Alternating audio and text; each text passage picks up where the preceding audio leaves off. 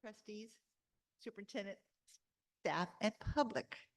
Welcome to the Board of Trustees meeting this evening. Today is June 20th, 2024. At this time, we'll do the roll call. Esparza, Present. Liker, Here.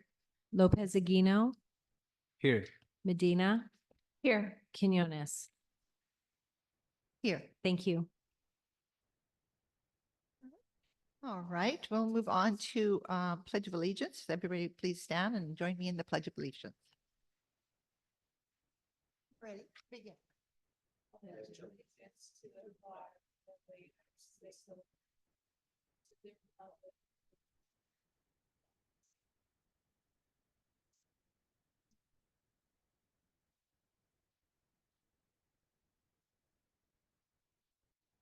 Thank you. Now we'll move on to item 3, report of action taken in closed session. Do we have a report this evening? No report. Thank you so much. Number 4, changes in the agenda. At this time, trustees or executive team members may recommend changing the order of agenda item and or request that an item from the consent calendar be placed within the discussion action section of the board meeting. The secretary will keep track of any recommendations. Please note, no new items may be added without advance public notice. Is there any changes to the agenda this evening, trustees? Superintendent? No changes. Thank you, Superintendent. Thank you, trustees. We'll move on to the approval of the meeting agenda. I'll entertain a motion to approve the June 20th, 2024 regular board meeting as presented. I move to approve the June 20th, 2024 regular board meeting agenda. Do I have a second? Second. Thank you. We have a motion and a second. We'll call for the vote. Esparza, Yes. Liker, Yes. Lopez Aguino, Yes. Medina, Yes. Quinones. Yes. Motion passes 5-0. Thank you, Ms. Cooper, for your help. Moving on to item 6, communications to the Board of Trustees. Please note there's 5-minute limit per group. First up, we'd like to welcome South Bay PTA Council. Thank you. Moving on to California School Employees Association, Chapter 59, CSEA. Thank you. Southwest Teachers Association, SWATA. Thank you. We'll move on to our district superintendent. Welcome, Superintendent, to our meeting this evening. Thank you, President Quinones. I want to just take a couple of minutes to talk about the concept that has been presented to the board around the reorganization of our district that's going to help us meet the challenges that we're looking at, like declining enrollment, specifically declining enrollment, but will also help with our budget. That's going to help focus our instruction on literacy, and that's really going to help reduce combos at our schools. And I want to ensure that within that plan, I want to ensure that the public understands the process that we're following. We started with, as the board knows, we started with an advisory committee. That committee, their job was to look at some of the data, our current data, our district data, and then advise me, the superintendent. That's why it's called an advisory committee. Advise me on some possible solutions to the challenge we're trying to meet. We took those options. They came up with 3 different options. We took those options, and then we created town hall meetings where we shared those options with the community And then in addition, we asked the community for any additional ideas that they had that we could think about in order to meet the challenge of declining enrollment. Once we heard, we had 3 different town halls. Once we heard from the community, staff took that input from the committee, from the advisory committee, from the community at the town hall meetings, and we came up with a comprehensive plan or a comprehensive concept to address all those different issues that we're dealing with. At our May 20th special board meeting, that concept was presented to the board, and we were directed to further explore that concept. In August, we are going to go probably around August, sometime at the beginning of August. We're going to go back to our committee, to our advisory committee. We're going to add additional parents to that committee. They're going to look at that concept and they're going to give us additional feedback. Once we receive feedback from them, we're going to go back to town hall meetings to share whatever feedback and to share, how that's morphed, how it's changed. We're going to share that with the community and ask for their feedback before staff again takes all their feedback and then comes back to the board with the recommendation. At that point, we will be asking the board to make a recommendation on that concept at this point. So I want to just make sure that the community understood that this is a long process, that we are trying to be as transparent, as open, and as engaging as possible with all our community. Whichever way the board decides to go, it is going to impact our whole district. It's going to impact us as a whole. We hope that the changes that we make are going to improve instruction. They're going to improve the trajectory of our district financially, so that we are able to maintain high quality programs to serve our community. So I know, and I know that the board fully understands that this is going to have an impact on students, on our staff, on our parents, but we are committed to do everything that we can, everything possible to have the least amount to mitigate that impact. But again, we cannot erase that impact for anyone. It is going to impact everyone, and we understand that, but we believe that is the right direction to take our district, and we believe that in making those tough choices, making those tough changes, we are going to end up in a better place. Thank you. Thank you, Superintendent. We're moving on to item 7, public comments of non-agenda items. Public comments. The board will take no action or discussion on any item not appearing on the posted agenda, except as authorized by law. Individual speakers are allowed 3 minutes to address the board on each non-agenda item. Speakers are not permitted to yield their time to another person. The board limits the total time for public input on each item to 20 minutes. Ms. Cooper, do we have any public comments at this time? No. Thank you. Thank you so much. Moving on to item 8, discussion and action items. First step would be general functions. A, employment agreement. I'd like to recognize our superintendent, Jose Espinoza, who will present the item. Thank you, President Quinones. Based on my recommendation for the district's organizational structure, and in order to ensure efficiency in district operations, it is recommended that the Executive Director of Human Resources position be reclassified as Assistant Superintendent of Human Resources and Organizational Development. Thank you, Superintendent. I'll entertain a motion to approve the Assistant Superintendent Employment Agreement with Melissa Griffin. Do I have a motion? So moved. Second. Any questions or comments, discussion?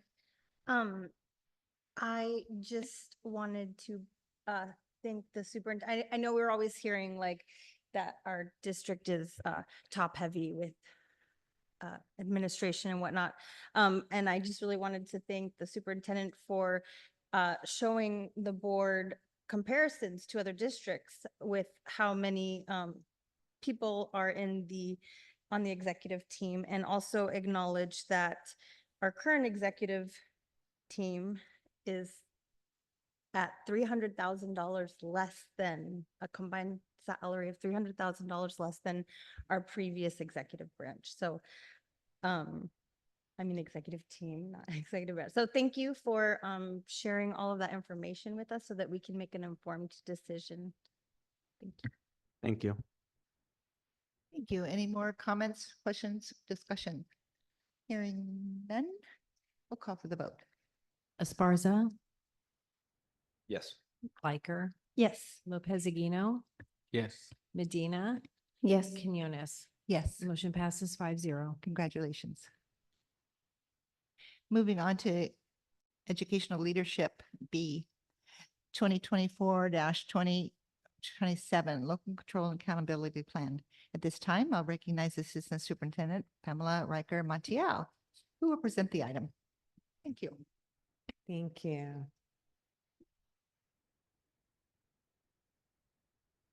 Good evening, President Quinones, Superintendent Espinosa, trustees, and colleagues. This evening, I bring before you the final local control and accountability plan, as well as the federal addendum.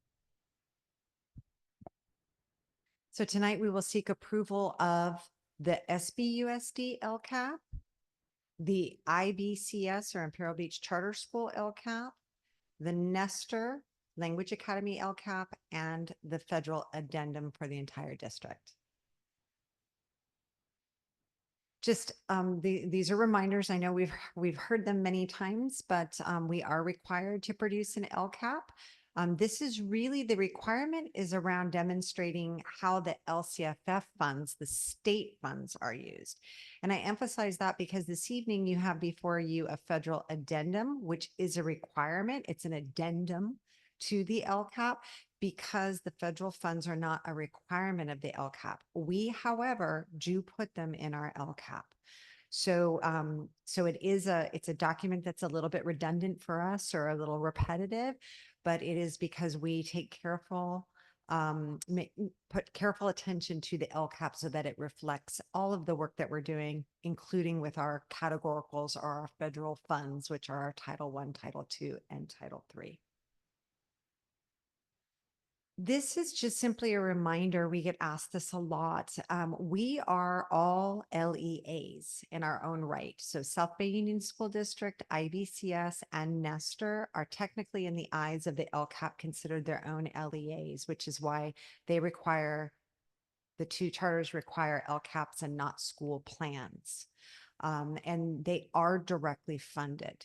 They are dependent charters, but they're directly funded. So our LCAP funds reflect the 9 other schools, let's say, and their LCAPs reflect their funds that they directly receive. And then the 2 charter schools pay the district via a mega chargeback for services. So we provide them the same services that all other schools receive, but we charge them from the funds that they've already received for those services. And it's a small percentage of what those services actually cost. This is just little screenshots of the different exhibits that make up, or the components that make up the template. So you should see the LCFF budget overview for parents, as well as the plan itself that starts with the plan summary, and then the annual update. So those are the 3 sections that make up this year's or the 3-year, the 2024-2027 template for the LCAP. Any questions? And I share the components because it's the same for all 3. So Nestor should have the same 3 components, IB charter and the district. We'll open the floor up to any questions, comments, or discussion. Being none, All right. We'll move to look for a motion at this time to adopt the 2024-2027 South Bay Union School District Imperial Beach Charter and the Nestor Language Academy Local Control and Accountability Plans. Do I have a motion? I move to adopt. Second. I'll second. Thank you. Any further discussion, action, or question? No, let's call for the vote. Esparza, Yes. Liker, Yes. Lopez Aquino, Yes. Medina, Yes. Quinones. Yes. Motion passes 5-0. Perfect. Thank you so much for and the Thank you. trouble over there. And we're going to recognize our Assistant Superintendent Pamela Riker Montiel once more, and who will introduce the item. Great. So I'm just going to roll right into the federal addendum. It does require a separate adoption. It is a one-year plan, not a three-year plan, but it is to complement the LCAP. So as I mentioned, it is to supplement the LCAP to ensure that we have addressed all of the requirements and the usage of these federal funds. Even though California shifted to the LCAP for LCFF funds, we also want to recognize that we use our federal resources to support the same student groups that are identified in the LCAP, so our underserved student groups. For the 24-25 school year, we will be receiving, these are projected amounts, Title I, approximately 1,800,000, Title II, approximately 222,000, and Title III, approximately $331,000. And as noted below, these, although it's not required, they are identified in our actions in the LCAP. So some of the things that we use our federal funds are, and they are really supplemental. So they are not meant to supplant, they are meant to supplement our existing program. So this coming year, we are using title funds to purchase iReady for all of our schools so that we have a diagnostic assessment as well as the opportunity to assess standards. And we are looking forward to using not only the assessments that they have, but potentially creating benchmark assessments using iReady. We are purchasing, and we're just waiting for the, July 1st of the new budget to purchase the Hegarty Phonemic Awareness. That is going to be our supplemental phonemic awareness program for our kinder and first grade teachers. And then TK is not included. TK has their own set of standards and resources. We also are purchasing the UFly, which is the University of Florida Foundations, which is their phonics program. It's a supplemental phonics program. This is for K through second grade, but we also purchased it for third grade because we recognize that our third graders are really struggling with phonics. And so it is our hope that in the future, our third graders would not need it if we're doing what's necessary in kinder, first, and second grade. Imagine Learning, we do use our Title III funds for, and we have reduced, because we're using iReady now, we have reduced the number of digital platforms that we are going to have in our classrooms, as well as Imagine Learning. While we're still going to have it, we are going to target our students that are scoring 1 and 2 on the LPAC. And we did it when I was doing this slide, I took off SD Math. We will no longer have SD Math. We will no longer have Dreambox. So that was kind of nice to see a change, as well as BrainPop. So Benchmark is the workshop and taller that we use in our DLI programs. And again, that is a supplemental program. It's not our adopted core. And the Fontes and Pinnell Literacy is the LLI, which we're still using. So these are just some examples of how we're using our supplemental federal funding. Any question? Thank you. We'll open the floor up for any questions at this time. Go ahead. I just have one question. Since you said this is a 1-year adoption, do we have to adopt it every single year, or is it just a one-time? every single year. It is a federal requirement that I bring forward the addendum every year. So even though we've outlined it in our 3-year LCAP, when I bring the LCAP for the 25-26 school year forward, which is year 2 of our plan, I will bring this forward and it has to be adopted at the same meeting. Okay, and another question, sorry, for the U Fly, the phonics, you said it's K2 second and you're gonna add third, or is it K2 third? It's a K2 program. It's specifically designed for kinder first and second. We've purchased the second grade for third grade teachers in order to use with students who have not had that phonics instruction and still need to catch up. But ideally, in the future, we hope that if we're using it in kinder first and second, we would be reading by third grade and no longer need it. That's our greatest hope. Thank you for the clarification. Yes. And I'm just looking at Susie to make sure that I didn't give you misinformation. The phonemic awareness is K1 or K12? K12, my apologies. That was right here. Trustee Esperanza? So I'm looking at the SD Math. Is that a program that's going to go away Yes. at beginning of July of this Yes. year? Mhm. Okay, so that is going to replace the iReady? So iReady is for language arts and mathematics. So yes, that is correct. Students would be spending daily time on iReady in both reading and math rather than time on SD Math. And when you implement iReady, does that mean the teachers are also going to be implementing some sort of training? Or was that self-explanatory through videos? So all teachers across the system, including administrators, are going to receive their training on the first prep day, which is Thursday, the 18th. I'm still getting used to a Thursday prep day start. So yes, Thursday, the 18th, we have iReady coming in and doing that professional development for every teacher and support staff that are on campus that will be using the program. And including our administrators, because it's really important that we know how to access the data and the reports. And we're really looking for those reports to drive the majority of our work moving forward, including groups that our learning acceleration tutors are seeing, how we refer students to the student study team process. So we really want to utilize the data. It's rich data that we are going to get through the assessments. Thank you. Trustee Medina?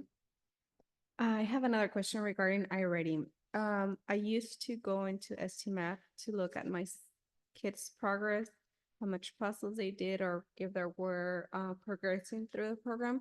Is there a way for parents to view that on iReady?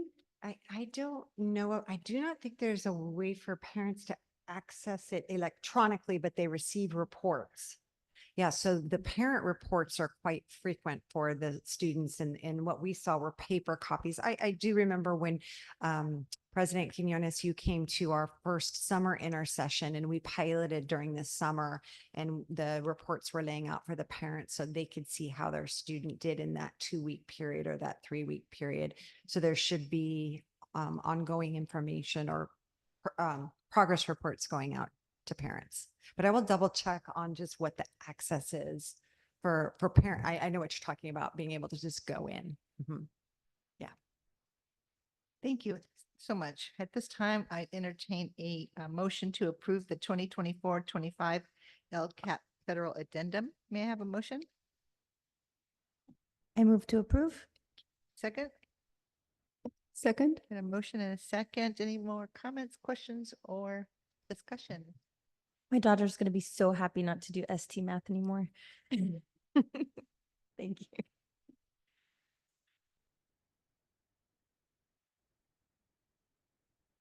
Well,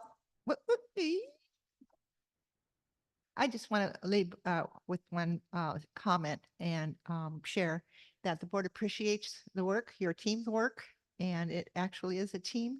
And I want to recognize everyone that had input on both items tonight. 3 items tonight. And thank you on behalf of the board. Thank you. On that, I'll call for the vote. Esparza, Yes. Biker, Yes. Lopez Aguino, Yes. Medina, Yes. Quinones. Yes. Motion passes 5-0. Thank you.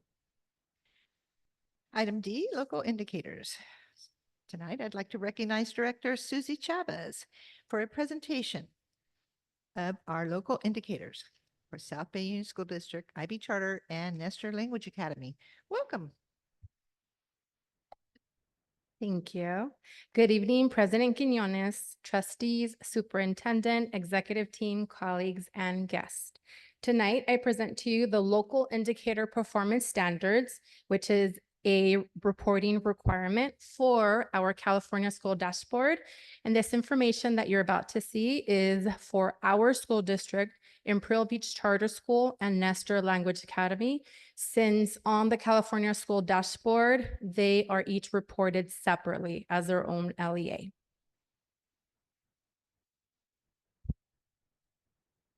So the local indicators have to be submitted in a system called My Connect Ed, and we have to have it approved and presented at the same meeting that the LCAP is being presented. So all of the local indicators that you're about to see have already been submitted for our district and for the 2 charter schools as well. The performance standards that we have completed are the following priorities. So 1, it's to see if we have appropriately credentialed teachers for our classrooms, if students have access to instructional materials, and if our facilities are safe, clean, and functional. We also have to complete how are we doing with implementation of our state academic standards, parent and family engagement, school climate, and how our students have access to a broad course of study. And then when is it that we are here presenting at the June 20th, 2024 board meeting. And then after we have completed all of these indicators in the dashboard, then that means that we will now see standard met when the dashboard opens up publicly in November. So for priority 1, which is having the credentialed assigned teachers, students having access to instructional materials, and our facilities being safe, clean, and functional for our students in all 3 of our, I'm going to say district and 2 charter schools. All of our students had access, which is why you see a 0. No student was without access to instructional materials. And none of our schools received a does not meet good repair standard. The next priority is the implementation of state academic standards. So here, what we had to complete individually, so Principal Vargas and Principal Gonzalez, each independently on their own completed it for their charter school, and then I completed it for the school district. What this is that we had a rubric, and part of this rubric was 1 to 5. 4 meaning that we are in full implementation, and 5 meaning full implementation and sustainability on this. So this is a very subjective tool that we're using based on our current situation here in our district and also at the independent charters as well. So for professional development in all of our areas here, we see that between all of us, we have full implementation of professional development. Anything that's purchased in our district, staff do receive professional development on it. And then a 5 would be that full implementation and sustainability that is continuously ongoing. In terms of having instructional materials that are standards aligned, we also have a combination of 4s and 5s here, and that is based on our continuous involvement of reviewing our current resources that we have available, seeing if they are being effective with our students, if it's benefiting all students, or if we need to purchase some additional curriculum and resources. And then how are we implementing the standards in terms of policies, programs to our support staff as well? And here we see a combination of full implementation and sustainability. This is a continuation of the academic standards in different areas. So we have the health education content standards. I rated us as a 3 because after this presentation, you'll be seeing and hearing a presentation on a supplemental resource specifically on health education. So that is an initial implementation because we have just first started by looking at the curriculum and having teachers pilot it. In terms of our physical education, visual and performing arts, and world languages does not apply to the Imperial Beach Charter School, but it does apply to Nestor and then to our school district as a whole because of our DLI classrooms. And there you see 4 and 5s as well, with the exception of the 3 in the health education content standards. That's the initial implementation of it. In terms of professional development, identifying the needs of teachers and staff as a whole, we are continuously having our staff conduct the comprehensive needs assessment, and that can look in different ways and formats. It could be during a staff meeting, it can be during a grade level PLC, for individual teachers' needs when the principals have to evaluate staff members. That's a great opportunity for the administrators on campus to assess the individual needs of teachers and provide the support that they need. And then also for providing support for teachers on standards that they have not yet mastered, we are currently at a level 4 as well. Now, moving on to priority 3, in terms of parent and family engagement, we have across the board here 4s and 5s as well, full implementation or full implementation and sustainability. In terms of developing the capacity of our staff to continue to build that trust and respect and relationships with our families, we are always and continuously in that process because we know how important it is to build that trust and respect with all of our families. In terms of welcoming environments for all of our families in our community, full implementation and sustainability, our support staff has been instrumental in helping support, bringing in our families with resources, with connections, with building that relationship with the staff and the families in order to help support the students with either chronic absenteeism or with academics or with just any situation that they encounter. In terms of developing that multiple opportunities to engage in that two-way communication between the families and educators, this in using a language that is understandable and accessible to families, this is full implementation. The reason that we have 4 is because we are continuously working on that to ensure that we know that the predominant language in our district is Spanish, but we do have incoming students that are new to our system. So we need to always make sure that all languages are being represented, such as the new students that came on board just recently and their language was Creole. So we have to make sure that this is always an opportunity to not only put information out there that's in English and Spanish just because it's the dominant language for both, but also to ensure that all of our families have access to the language that they are familiar with. In terms of building partnerships for student outcomes, we have continuously been providing professional development with our parent and engagement coordinator, our family site liaisons, our principals through Coffee with the Principals, or any staff members that have provided professional development on topics that were from a needs assessment conducted at the school. So we have information here on resources being able to support our students' learning and development in the homes. We have a variety of 4s and 5s here as well. Imperial Beach Charter School, based on a comprehensive needs assessment, they determined that the area where they have right now initial implementation is being able to provide families with information and resources to help the students learn and develop in the home. So that's an area that was determined by their own comprehensive needs assessment, and that's an area that they will continue to focus on so that it can move on to full implementation for the following school year.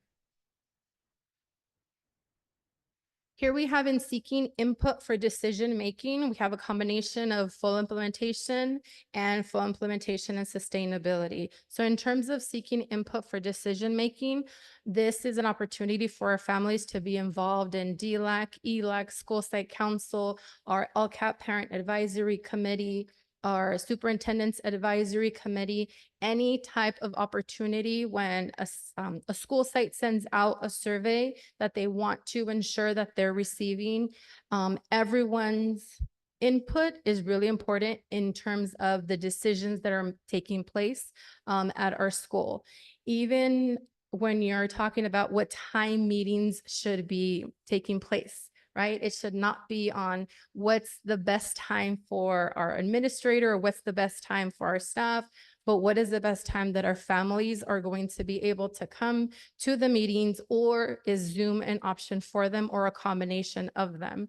Because then that's how we're going to be able to elicit input in terms of decision-making for our school sites and our district as well. Now for priority 6, we talk about school climate. So this, what you see here is just data. So this is data, what we have here. And I know that previously information has been shared on the California Healthy Kids Survey. And this was focused for our district on school connectedness, caring adult relationships. Do they feel safe? And also for Imperial Beach Charter School, they wanted more information. Their data showed on having empathy interviews with families, with students, and with staff as well. And then Nestor Language Academy also wanted to make sure that they continued to decrease chronic absenteeism, but also to focus on caring adults in school and ensuring that all students feel safe at school as well. So what does this data mean? So for Imperial Beach Charter School, they have recognized that there's a high rate of suspension, which resulted in a decrease in positive school culture and climate, which is why they want to be able to move forward in establishing more systems of empathy interviews with staff, students, and families as well to understand the situation in order to improve their school culture. Nestor Language Academy, their primary goal is to be able to have the staff connect with students and for the students to feel connected to their peers. They also have mentioned having proactive approaches like greeting students when they arrive to school, continuing to work on their PBIS system, and recognizing positive student behavior. For our school district, based on the California Healthy Kids Survey, we know that we need to continue to work on the school connectiveness and safety for all staff, students, and parents. We need to make sure that we're continuously analyzing our attendance rates, continue to strengthen our support system for our staff and for our families as well. And our support system includes the staff, our social workers, parent and family, our parent and engagement coordinators, and our family liaisons, and continuously be implementing the comprehensive needs assessment results and the safety surveys that have been conducted as well for our staff in order for everyone to feel connected to their school site, to the district, and also to feel safe. So because of this data, how are we going to use it? And so you see a pattern here for our district and for Nestor Language Academy. We both feel the importance of qualitative data. And the qualitative data was in the LCAP that you have approved. And what that qualitative data is where you actually have a conversation with an individual. It can be a student, it can be a parent, it can be a family member, a staff member. When we talk about quantitative data, that's the number. That's like what we saw right now with the California Healthy Kids Survey, 69% feel connected. But that doesn't really give you the story behind why they're not feeling connected. And this is the qualitative piece. This is the why. So we see numbers, but it doesn't tell us a story. So we feel that it's very important that which is why it was included in the LCAP, that we understand why students, staff, and families are feeling a certain way, whether it's positive or a negative experience. And we conduct this qualitative data through fish bowls, empathy interviews, equity walks, and shadowing for all educational partners to participate in, not only our staff or not only administrators, but this is an opportunity to continue to build that relationship and engagement with all and understanding the why behind our number. Imperial Beach Charter School, they want to continue to ensure that their students are prepared for the future and in the community. And they know that they need to continue to work on the culture and climate based on the data that they came up with that was conducted at their school site, because they know this is conducive to their learning, and then students will feel a sense of being connected and belonging. They also feel that they would need professional development in the areas of social emotional learning for the school staff to increase access to having mental health support for the students to feel more connected to school. Priority 7 is how do students have access to a broad course of study?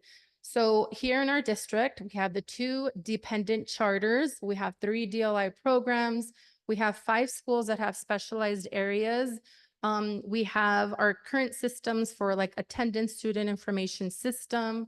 Our students currently receive a weekly VAPA STEM lesson, classroom walkthroughs to ensure that the academic standards are being implemented.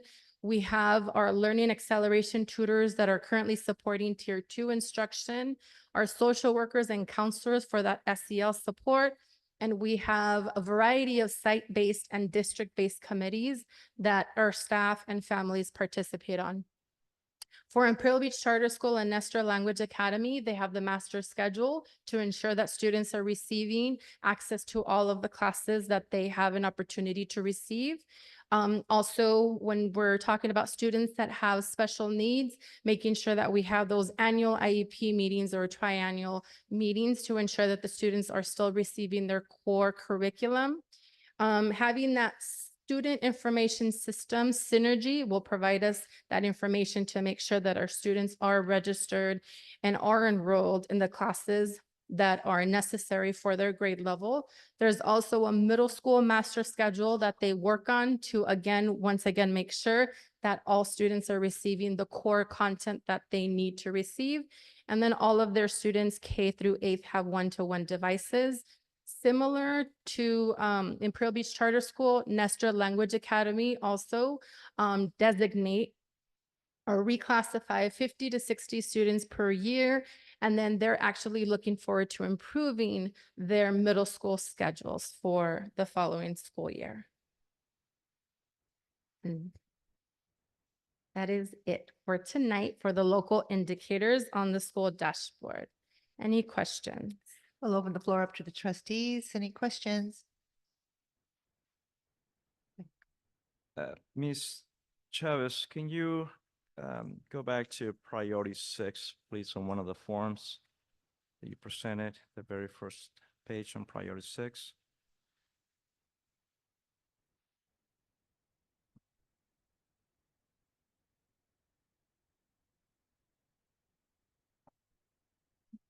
Data meaning?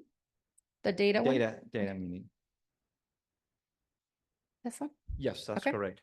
So if you're looking at South Bay Union School District, the 2nd, 3rd, and 4th, we're looking at the school safe, and of course, really safe oriented. So we're looking at 53.5% of safe and very safe kids 7th to 8th grade, 46% as the parents, and also drops down to 39% for staff. Any comments on that? So I think going back to that qualitative piece, so this just tells us a number. So when we do qualitative data, that's when we have the conversation, because completely 100% agree that safety is our #1 priority for all, not only students, staff, and families, but it's everyone included. So in terms of how or why a certain individual is feeling this way, I think that it's very important that we dig deep into that qualitative piece where you have conversations with staff. Why is it that you felt this way? Or are there other opportunities and other ways that we could implement that would make you feel safer? But in order for us to really understand the why someone would feel this way in terms of safety, we would need to establish those conversations to be able to then gather data on that qualitative piece to understand the why behind it.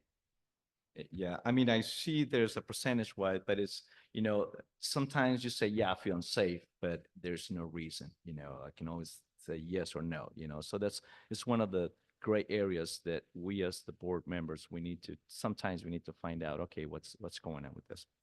That was it. Thank you. Thank you. Any other comments? No, I'll entertain a motion then to approve the local indicators for South Bay Union School District, Imperial Beach Charter, and Nestor Language Academy. May I have a motion? I move to approve. Second. Trustee Lang. Okay, we got a motion and a second. Before we call for the vote, I'd like to thank you for your work. And this is new work. So I want to recognize that too. Thank you so much. Thank you. We'll call for the vote. Esparza, Yes. Liker, Yes. Lopez Aguino, Yes. Medina, Yes. Quinones. Yes. Motion passes 5-0. Thank you.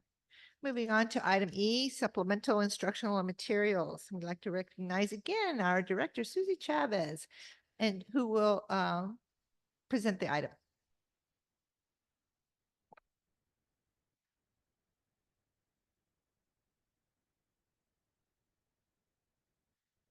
Thank you. So this presentation is going to be about Health Smart. It's a supplemental resource on health education. But first, I want to make sure that I ground us all in our newly adopted mission, vision, and values. So part of our school district is responsible for educating. And here you see that I have bolded some keywords in our mission, vision, and value. We want to make sure that we're always providing a safe, equitable environment for all of our students, that we celebrate diversity and affirm language, culture, and identity, and that we have social responsibility and well-being for all of our students. We want our students to grow academically and socially into responsible members of society. Our values are centered around being child-centered, building community, and safety. So Health Smart is a skills-based health education program that is for 6th to 8th grade students. We had a couple of 6th and 8th grade or 2 6th grade teachers and 1 8th grade teacher that volunteered to pilot the program and to try these lessons out with their students. A letter was sent to their family so that they were aware of the lessons that were going to be provided. And then families had the opportunity to opt out. So Health Smart, how is it organized? So first, the lesson is introduced, the teacher introduces a lesson, then the topic is explained, the teacher models, and the students can practice in a small group setting, larger group setting, or through peer discussion or discussion with the teacher. And then there's an assessment.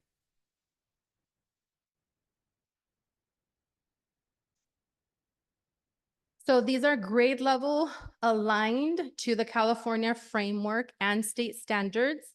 This is aligned to the California Healthy Youth Act and the 2019 Health Education Framework.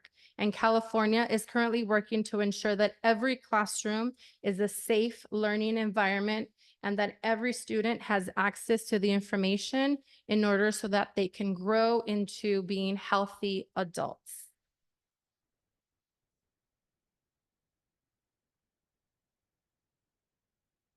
State legislation also allows our school districts to offer age-appropriate sexual health education in earlier grades if they choose to do so, and parents also have the opportunity to opt out as well. Now, these are the content areas that are identified in the California standards and in the framework. So first, I'm going to go over the top, and then I'll go over the 6th grade, 7th grade, and 8th grade lessons. So every grade level, 6th, 7th, and 8th have different topics. And the topics are nutrition and physical activity, growth and development, sexual health, personal and community health, injury prevention and safety, alcohol, tobacco, and other drugs, mental, emotional, and social health. These topics are all in the California state standards, and they're also in the framework. When the pilot teachers started to implement, they felt very strongly that they wanted to talk about nutrition and physical activity, the areas of growth and development, because that's the way that it used to be. However, when we researched and looked at the actual California Youth Act, then we did see that legislation did allow districts to offer the age-appropriate lessons. So as we see here, for sixth grade specifically, we have the last three columns, which is injury prevention and safety, alcohol, tobacco, and other drugs, and mental, emotional, and social health are strictly from the sixth grade lessons. From fifth grade is where you have the nutrition, growth and development, sexual health, personal and community health. For seventh and eighth grade, because sexual education does need to be taught once in middle school and once in high school, then seventh grade would be teaching the seventh grade lessons, and eighth grade would be a review and extension of the seventh through eighth grade lessons as well.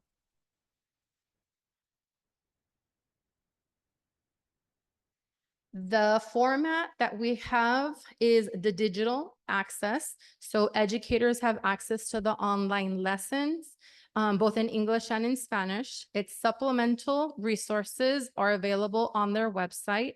And then there's an individual license as well for the teacher to print out any additional resources that they might need. There's also a parent and family involvement, which is a component to it, which is important. Principals will be asked to send out a letter to their families, both in English and Spanish, and any other language that is applicable to the families at their school sites, that outlines each lesson in each unit so that they're able to see the name of the lesson and how it will be taught, so that families have the opportunity to come in and review each lesson in the actual curriculum. And families can either come in to review the lessons in person or online through a link that's provided by the school site. And families can choose to opt out of specific lessons or units 14 days prior to the instruction beginning.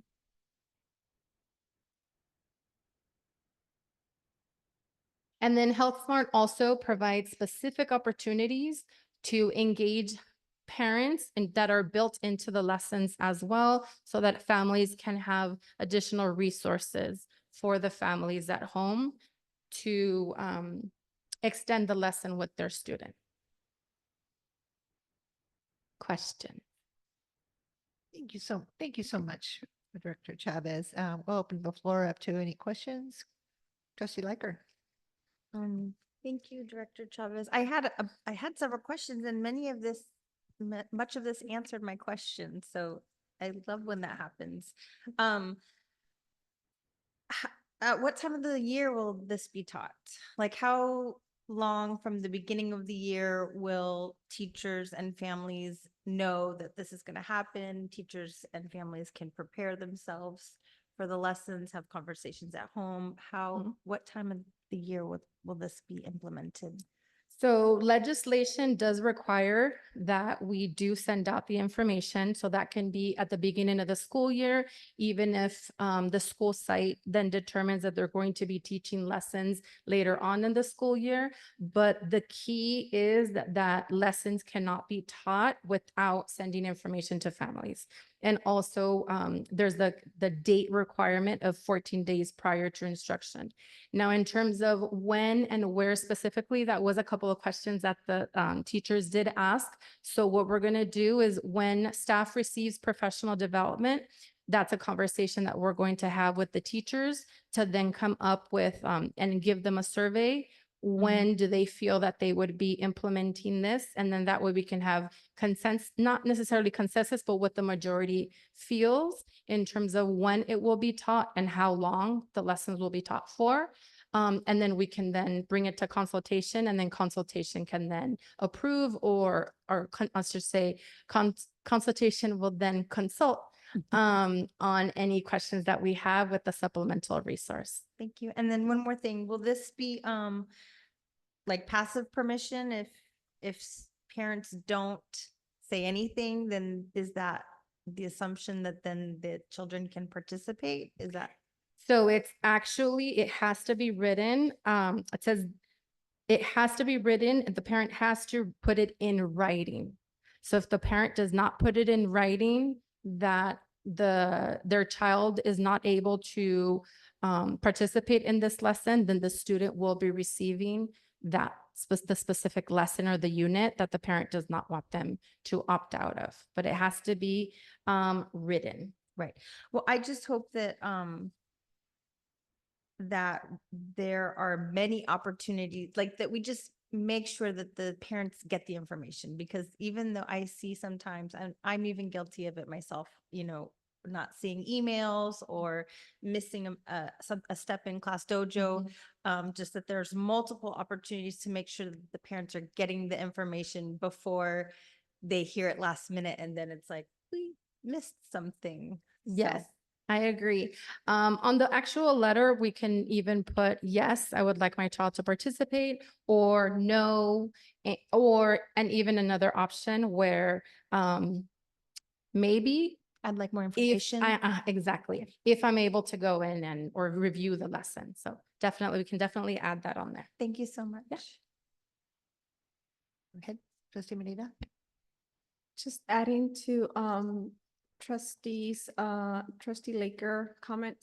If you do not see a yes or a no from a parent, is it a possibility for a school site to reach out to the parent of that child to make sure they know and get the information and just get consensus if they do or don't want their child to participate in the lesson?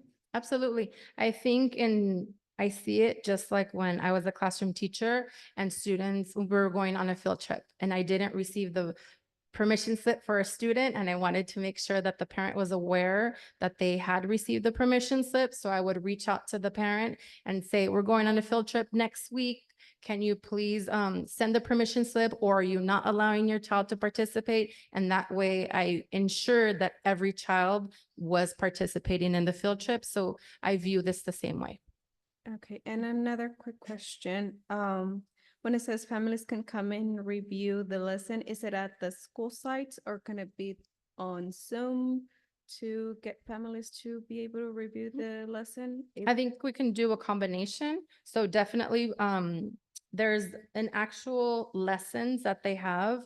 So it's very specific, like it has the topic. So we're gonna have our Gabby, our translator in the Army department, translate this. So that way families have access to it. So we can have this available at the school site, but this can also be a link on the school's website as well. Yeah, because it says, or you could view it through a link online, but parents might have questions. So that's why I was saying in a Zoom, A meeting? yeah, Mhm. for them to be able to ask questions and get their questions Mhm. answered. Making it interactive. Yeah. Yeah, absolutely.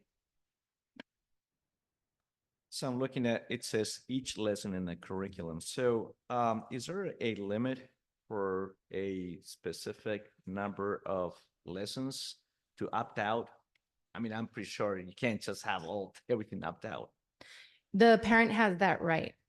So the parent can go in and see the lessons and then make the determination that I do not want my child participating in any of these Help Smart lessons. So the parent does have the right to do that. Okay. Specific lessons or a unit, if the family says, I do not want my child to learn about nutrition and physical activity, then they do not have to participate. Very good. Thank you. Any further questions or comments? No? No, good. Okay, I'll entertain oops, go.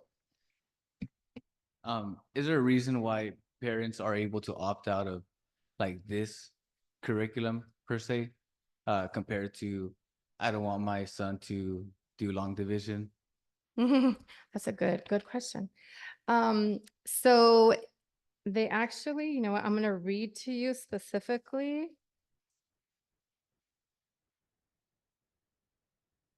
Okay. For example, the opt-out rule associated with comprehensive sexual health education would not apply to a social studies lesson on the U.S. Supreme Court 2015 ruling in favor of same-sex marriage. So there's specific things that we as a district need to educate our families. We want to make sure that we have inclusive language, that we're welcoming all of our families, but there are specific areas where the family still has the right to do so. Cool, thank you. You're welcome. Okay, that would conclude comments, questions. Yes, okay, right. At this time, I entertain a motion to adopt the Health Smart Supplemental Instructional Materials for grades 6 through 8. I move to. Thank you, trustee Medina. I second that. Thank you, trustee Esperanza. We'll call for the vote. Esparza, Yes. Biker, Yes. Lopez Aguino, Yes. Medina, Yes. Quinones. Yes, Motion passes 5-0. thank you. We're moving on to item F, Proposition 28, Arts and Music in School Funding. I'd like to recognize again our director, Susie Chavez, who will introduce the item.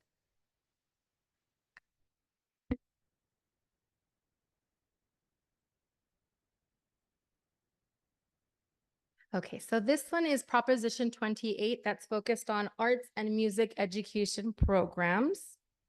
And this is just a reminder that this was the most recent one that was approved on November 8, 2022, and it's part of the Schools Funding Guarantee and Accountability Act. These are the different areas where the funding can be focused on. So it ranges from dance to video to animation to painting, sculpture, photography. So these are all areas that are for visual and performing arts.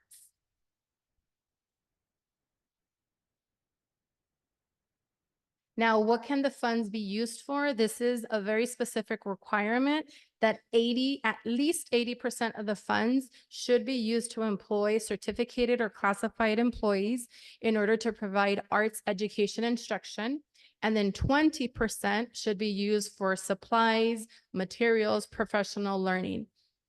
One key aspect of Proposition 28 is that it is meant to supplement, not supplant an actual program. So for example, the current VAPA STEM team that we have, these funds are not meant to be in support of what we currently have from our VAPA STEM team. This has to be in addition to what is being provided.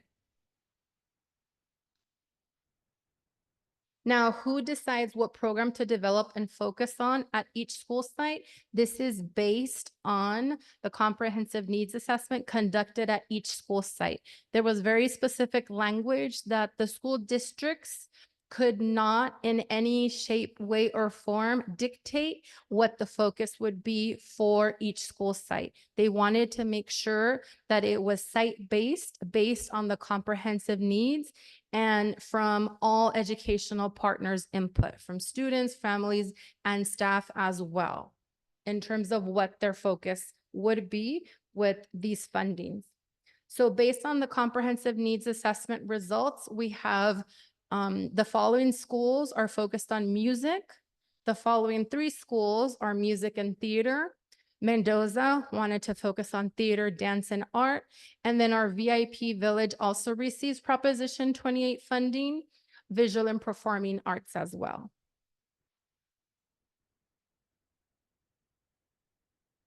Part of this requirement is that we submit an annual board approved report to be posted on the school districts and Department of Education's website. And what this report is, it's a very simple 1-page that it just asks for the types of arts educational programs that we offered this past school year. The number of full-time teachers that were contracted for Proposition 28 are classified staff, are teaching aides or classified instructional assistants, the number of students served, and the number of schools that participated with the programs that were funded. So in this report for this school year, Amy, can you click on it, please? For this school year, so that you can see what is going to be posted. So for this school year, all 12 of our schools will be participating, but not for the 23-24 school year, because we were in development of creating job descriptions, and then they had to then go through our labor relations partners. So we had to go through that process. Now that we do have job descriptions for it, then we can move forward in terms of the hiring process.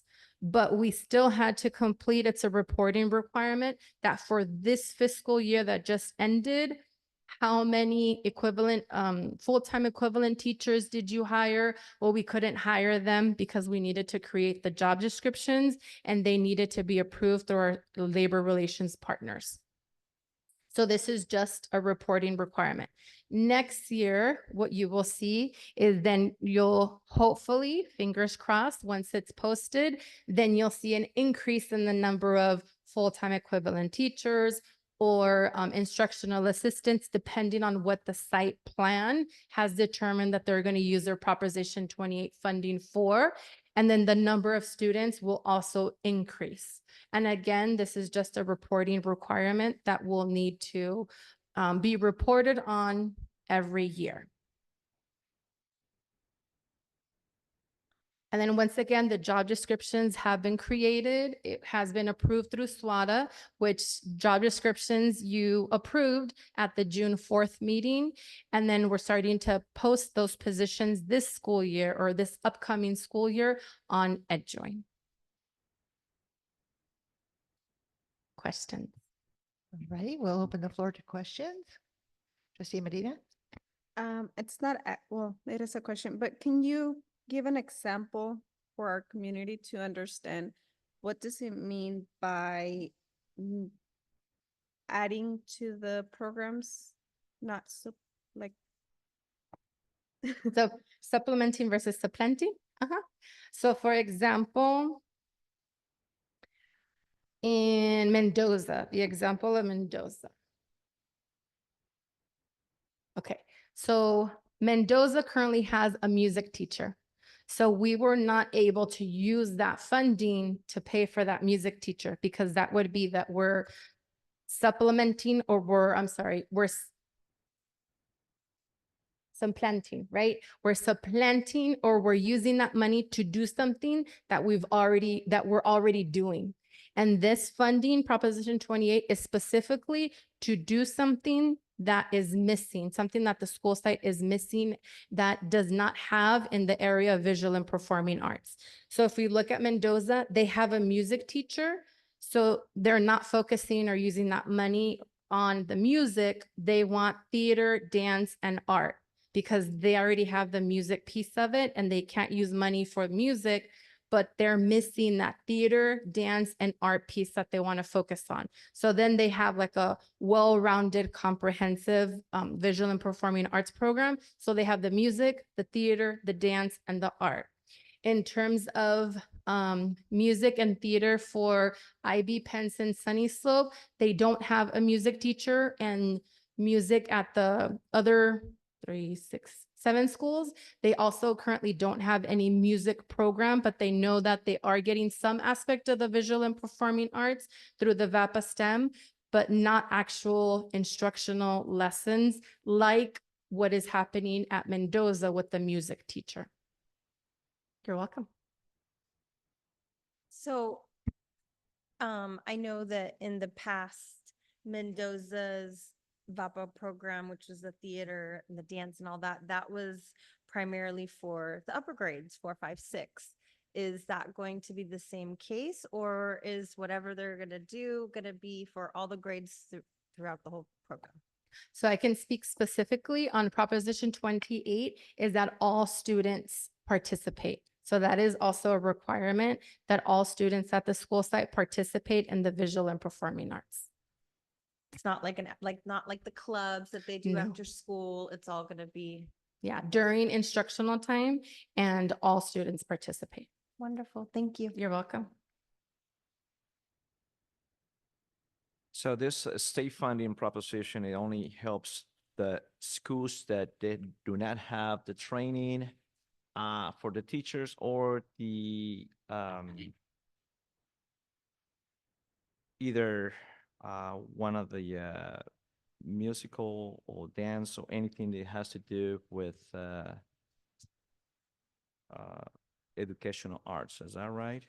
So is that like every year they had to kind of find out if they already been certified? Is every year, or is that everything has been implemented throughout? So the goal is to hire the staff that they have enough money for that's been allotted to them by the state. Then and then part of that requirement, so go back to this one. So part of that money is that 80% of that money that they receive has to be towards an actual staff member that's teaching that class. And then that 20% has to be saved for any supplies, or if there's professional development or learning to help support that teacher, that funds has to be specifically saved for that. So for example, we cannot hire a staff member and I'm just going to make up an example. So let's say $100,000 is what it cost for a staff member. We at a school site are receiving $100,000. So we wouldn't be able to pay for that staff member because we need to make sure that we have enough funds to pay for their salary and also the materials that they're going to be using, which is why each school plan, based on the funding that they've received, has either decided on like an impact teacher or an impact teacher with an instructional assistant, or if the funding was higher in some schools, for example, Imperial Beach and Charters and Imperial Beach and Nestor Language Academy, they want to hire full-time staff depending on the funding that was allotted to them by the state.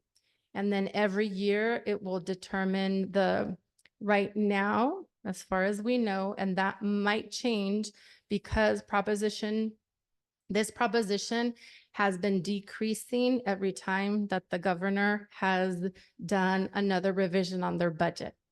So what was first initially proposed that was going to be allocated last school year, it's already been reduced. So every year it is going to change based on the funds that we get from the state based on the budget. Thank you. You're welcome. Just real quick, Susie, if I may. I'm really excited about this. I voted yes. So did everybody else. So I'm just really thrilled that our students will have the opportunity for music, art, and dance. Just a quick question about the 20% should be used on training, supplies, curriculum. You shared that SWATA and the district have negotiated job descriptions, and we've seen those. I haven't seen anything about classified yet.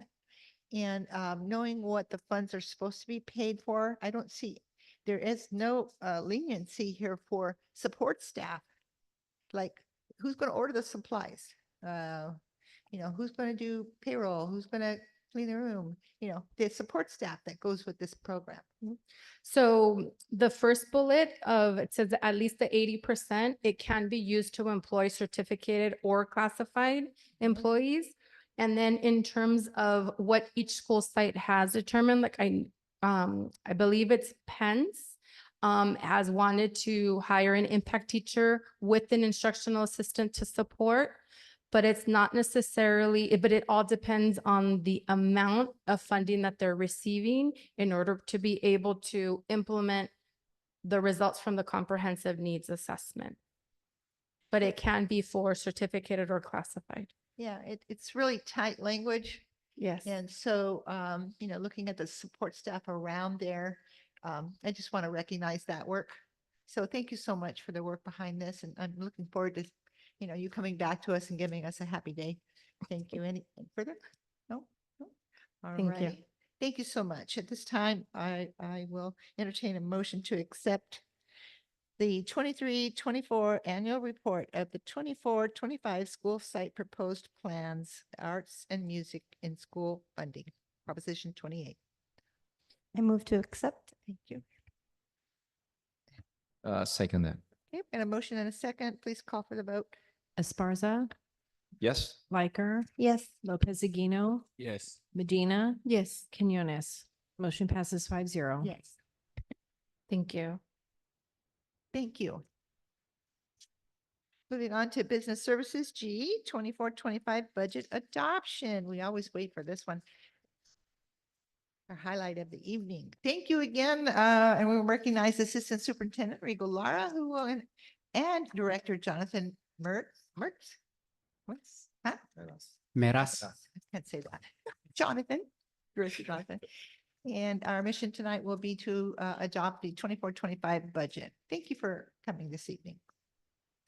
Good evening, President Quinones, Board of Trustees, Superintendent Espinosa, staff and community. Amy, if we can- for the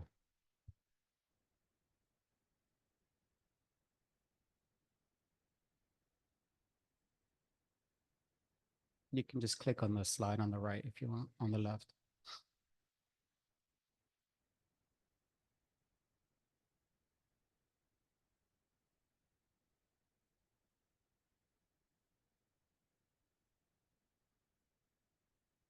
I can speak to the slide as you do that. The 24-25 proposed budget. Oh, there we go. Perfect. The 24-25 proposed budget was made available for public review and comment on June 6th.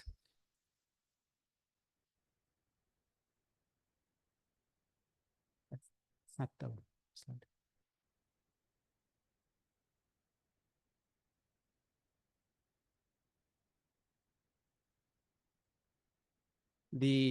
It's the we're looking for the adopted budget presentation. It's very similar. That's why I did not realize.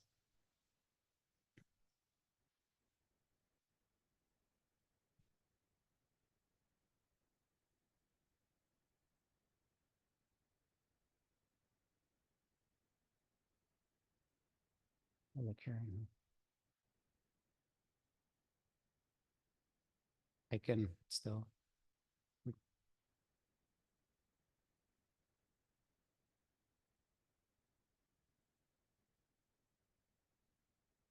There you go.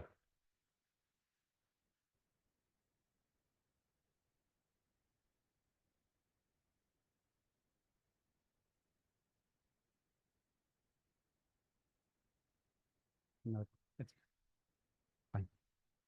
We're good. As I mentioned, the 24-25 adopted budget was made available for public review and comment on June 6th. We presented the multi-year projection that over 3 years. We did share that the district is able to meet its financial obligations from 24-25, 25-26, and 26-27 fiscal years. We did discuss a lot and talk about our declining enrollment, as you're aware, and the impacts that it's having on revenues and our deficit spending. The current timeline right now is that the California state budget adoption, the final adoption was also in June. There is a potential for a 45-day budget update in August, and that's only if there are major changes to our budget around expenditures and revenues, that then we would come back and share those with you in August. And nothing has changed since we last presented 2 weeks ago as far as the information. But if there are any questions before you take action on adopting the budget. Any questions, trustees? Thank you so much. Thank you. At this time, I entertain a motion to adopt the 24-25 budget as presented. I move to adopt the 2024-2025 budget. I'll second that. Thank you. Call for the vote. Esparza, Yes. Biker, Yes. Lopez Aquino, Yes. Medina, Yes. Quinones. Yes. Motion passes 5-0. Thank you. Thank you for your work. Moving on to item H, Workforce Violence Prevention Plan. I'd like to recognize again our Assistant Superintendent Rigo Lara. And our mission tonight would be to approve the 24 Workforce Violence Prevention Plan. Thank you for joining us. Again, good evening again, President Quinones, Board of Trustees, Superintendent Espinosa, staff and community. Senate Bill 553 was signed into law last September 2023. So it's a fairly new law and we're still catching up on all the expectations and still asking for guidance around next steps and what it means for school districts from our partners such as Keenan and our legal partners. But we have enough information to bring a plan to you this evening. It addresses workplace violence by requiring employers or school districts to implement basic protections to protect our employees while they're here at work. The plan supplements the districts and school sites comprehensive school safety plan. So you know that every year we update our school safety plans and they come to you for approval. This plan is separate, it's different, but they do overlap. So they do have some similarities. So it does supplement the current plans that we have in place. The law requires that we work with our union partners and that they help develop and implement and oversee this plan. We developed a mini task force, I'll call it, of a couple of certificated and classified members and also several from management to look at the law, look at what is expected and begin to draft an initial plan. One of the requirements is that we also include sites from other and departments. So we did send out a quick survey that asked basic questions around safety. Some of the and specific to hazards, what are some potential hazards around the workplace that we can begin to look at and to address that concerns you? The survey results, a couple of the items that came back to us around potential hazards that could lead to violence or maybe makes it easier to lead to violence. One of the major ones was lighting throughout the district. So as we receive that type of information, we've already began to talk about where can we make improvements around lighting. We know that with time change that it gets dark sometimes when staff is leaving at 4:30. So they feel that the lighting is something that can make them feel safer and to address the potential of some type of safety risk. Also in the morning. So with sometimes schools, people come very early and it's dark. So the lighting we know is one of the potential things that we need to address. Another thing that came back to us is the access to our school sites. And as you know, with our current phase 1 of the school safety initiative, that we've begun to address that with access control at the front of the office. So that is something that we've already started to do. Not to say we're not going to revisit and look at other areas where access to our sites may be a potential hazard.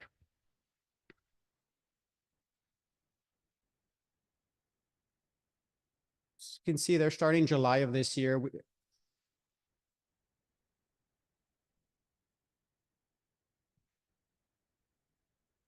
Do you want to follow your papers and I can kind of look at mine? Okay, and not bringing my glasses today might be an issue here.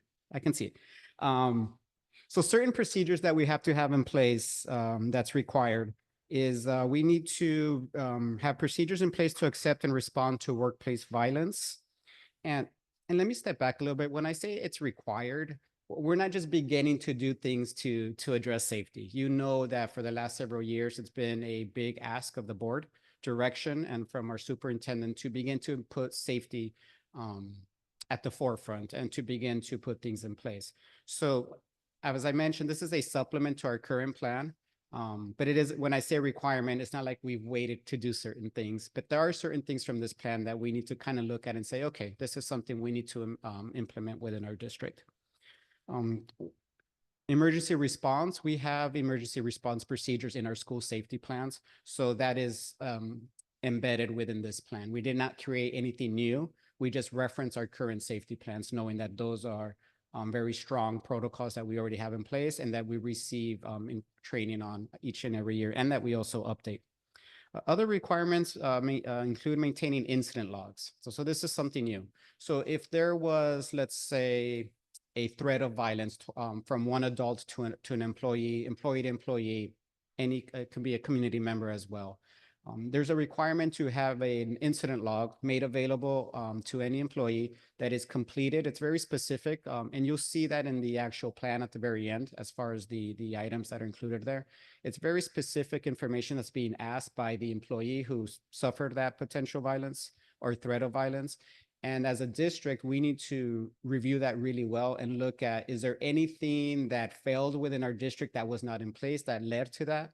Is there anything that we can do to help prevent something like that in the future? So that is something new, and that we're going to begin to train our staff on as far as the training log. So let me pretend I moved the slide there. Next steps. So this plan is a living document. As I mentioned, the law came into effect just last year.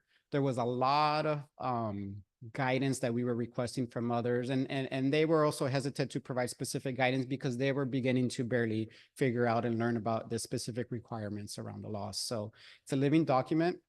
The task force that I mentioned earlier was created later in the school year, and what made it challenging for them to come back with us to do a final review of the document is the school year ended. The law didn't take into consideration that that school districts may not be around in June when they're asking us to have this approved by July 1st. So because the school year ended, we did not bring everybody back to look at the plan again.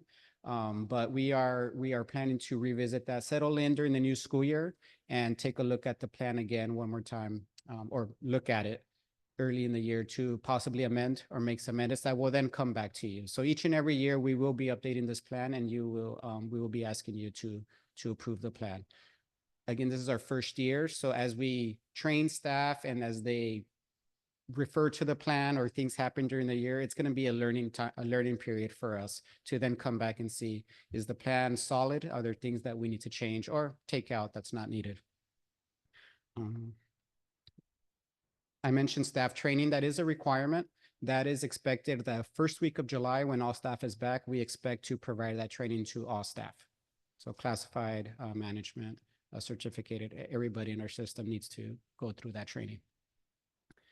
And I mentioned the plan is reviewed and updated annually. And I'm still thinking I'm switching slides here. That's just a habit. But before you take action, are there any questions that I may be able to answer? Thank you so much for bringing this forward. Trustees, do you have any questions? Come on, you're ready. Yeah, it looks pretty interesting that, I mean, the safety plan, even though it's gonna be revised annually, I think it's a great source. I think something all staff must feel safe. I think it's something that's a priority. And of course, all the school sites have to be implemented as well. So the school safe initiative was implemented. Did you know when was that? When I mentioned an initiative around school yeah. safety. Did you know when was implemented or was revised lately? So when I refer to our safety initiative, Yes. is really the direction that our superintendent and the board gave us, I would say in 2022 or around that time when our superintendent came along, there was direction from you, the board, to really look at district-wide safety concerns and things that we could implement, our infrastructure, for example. It involved a consultant to walk all of our sites, all of our departments, and to provide feedback for us. It involved training, and it involved, well, those were the major aspects of that. And using that information, then we began to look at financially what makes sense to do during phase one.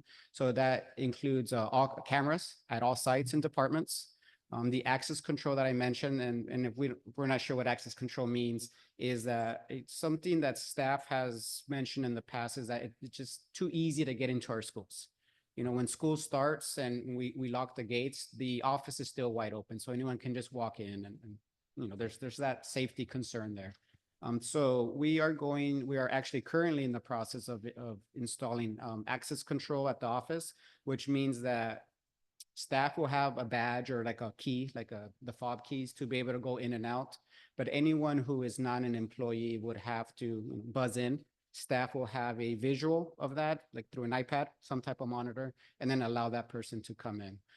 So those are the couple of things that we've done so far that we started to do around our safety initiative. So that's what I meant about our initiative. It's not an official requirement from Ed Code or law. It's just within our district, our next steps around safety, phase 1. Thank you. Thank you so much. This is, I'm sorry, it's about time because things are kind of strange out there in the city. And having a prevention plan and being trained in this area to, one, not get hurt, and two, to identify and what to do next. So I'm really grateful for the plan. I'm thinking that our PD would be online like after July 1 with our insurance company. That is the plan, yes. Yeah. And so We are currently working with the company to put the training together, because one of the requirements of the training is that it's specific to our district. It can't just be this universal training. So they're taking in information regarding each site. They're asking for specific items from our plan to make it unique to our district.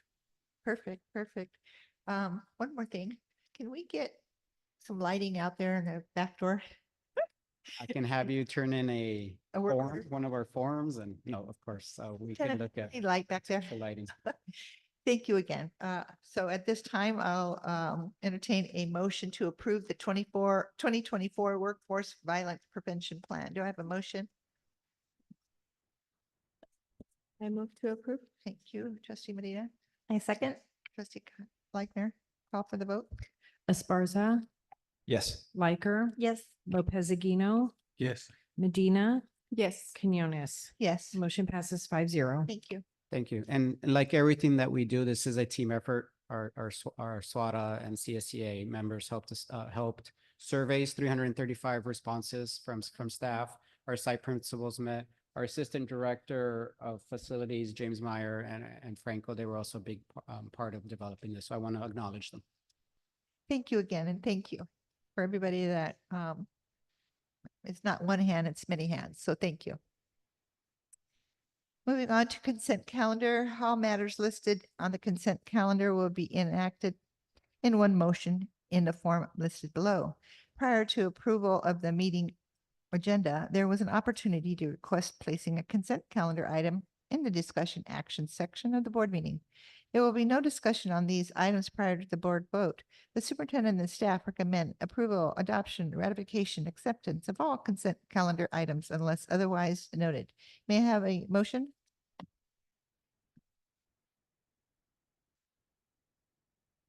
I move to approve all items on the consent calendar as listed, including the superintendent's recommendations for denial or approval of leaves of absence. Thank you. May I have a second? Second. Thank you. We have a first and a second. We'll call for the vote. Esparza, Yes. Liker, Yes. Lopez Aguino, Yes. Medina, Yes. Quinones. Yes. Motion passes 5-0. I'm sorry, who made the second? Thank you. Medina.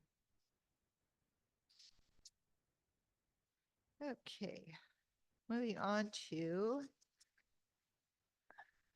future agenda items. Number 9, at this time, each trustee may suggest one topic for a future board meeting. Trustees, do we have any requests for a future board meeting? Kelly Light. I'm not sure if this is a agenda item or maybe a Friday update, but I'd like to be updated on our collaborations with Sweetwater regarding any type of like volunteer work. So if we have students who need to do community service, are they allowed to be in our schools? How do we proceed with that? How do we make those connections with Sweetwater?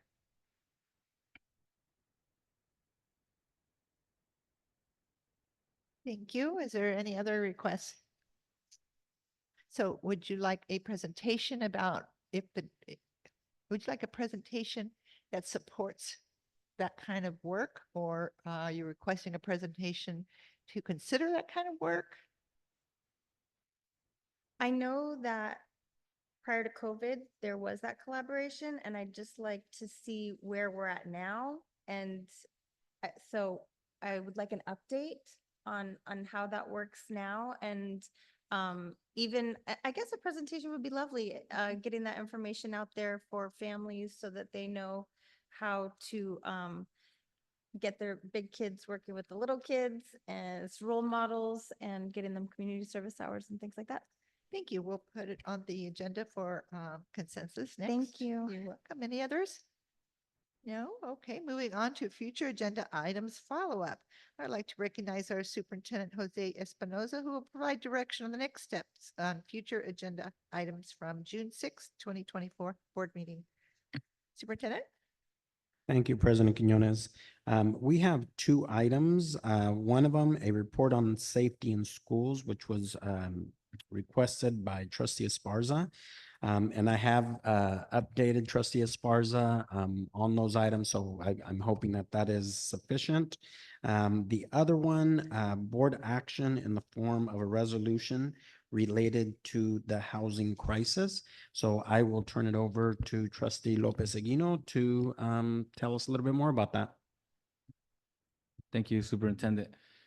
So I think as we work to address the under enrollment in our district, I believe we should do everything that we can. And speaking out about the housing crisis and encouraging our local governments to take action, I think is a great way to do that. Housing instability is something that has a huge impact on our students and their families. It's not just affecting the enrollment in our district, but it's affecting the students that are in the classrooms. And I would really like to see our board address this. Thank you. Thank you. So just to follow back, you're asking for a resolution to be presented at a board meeting, future board meeting? Correct. Thank you. Do we have consensus on that? Thumbs up? Support? Support? You got it. Thank you, Superintendent. You got your marching orders. Thank you. And we will provide a draft of a resolution and ask for feedback from the board. And then we hope to bring something in July. Perfect. Thank you, Superintendent. Moving on to communications from the Board of Trustees, a limit of 3 minutes each. Who'd like to go first this evening? Oh. Okay. Thank you for the presentations and your hard work, and have a happy summer. Yeah, the presentation that all of you guys presented, amazing. I'm really impressed. You guys been working pretty hard, and we're here to listen and to see, make the district be one of the best in San Diego. Thank you. I think we should all be really proud of ourselves for all we've accomplished this year. It's easy to hear the noise of things that we need to work on, but we are working on them, and I think we're moving in a really positive direction. And as we take a little break and enjoy the summer, I hope we can all feel good about the work that we've all done to keep our district moving forward. I also want to express my gratitude and appreciation to our district staff and to my colleagues. When I was asked to run for the board, they said, it's going to be easy. It's just one meeting a month. This month, we've had like 6 meetings, 5 meetings, felt like 7. But it's a lot of exciting work that's happening, and I'm looking forward to see the results of it all. Thank you. Thank you. And I also want to say thank you on behalf of the board for an excellent school year. I wasn't able to say that in the last meeting. I had to go early, but I do want to say thank you to staff and community and our students. Every day matters to all of us. So thank you. Also, there's a lot of happiness going around in our intercession program, and a lot of laughs and giggles, and the pool is so exciting, and the structure of the sessions are different this year. And so how do I know that? my granddaughter is a lifeguard there and she gives lessons. So a bunch of them are certified and they provide that service for us and their community and our kids from IB Charter. Okay, so I'm really proud of them. I'm really proud of the kids that signed up to go to the pool. There's a large amount of them, and how it's structured this year, it's really flowing very well, according to my 18-year-old granddaughter. So thank you for all that work. As well as what happens at the school site, because that's important too, not only the pool, but when they get back and what they have to do, to stay engaged. So I'm very thankful the teachers that signed up for this intercession program. And it really means a lot when our staff participates in that work. So thank you, Superintendent, for that. Last but not least, I wasn't able to share, but in May, I participated in Employees Day, in which I was able to go down and visit maintenance, landscape with Director DeCastro, transportation, and then followed up at the warehouse with their print shop and our warehouse people. But the really important thing that I want to share with you, they smiled. Okay, they're happy, and that made me happy. They all were there when I came, and very pleasant group.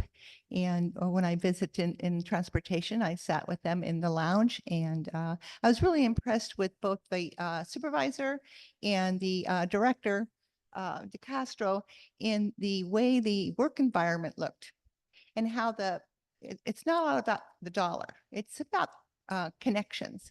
And I really felt that connection, board, in that not only did the director and the supervisor of transportation created workspaces from recycled material and offices, lounges, workstations.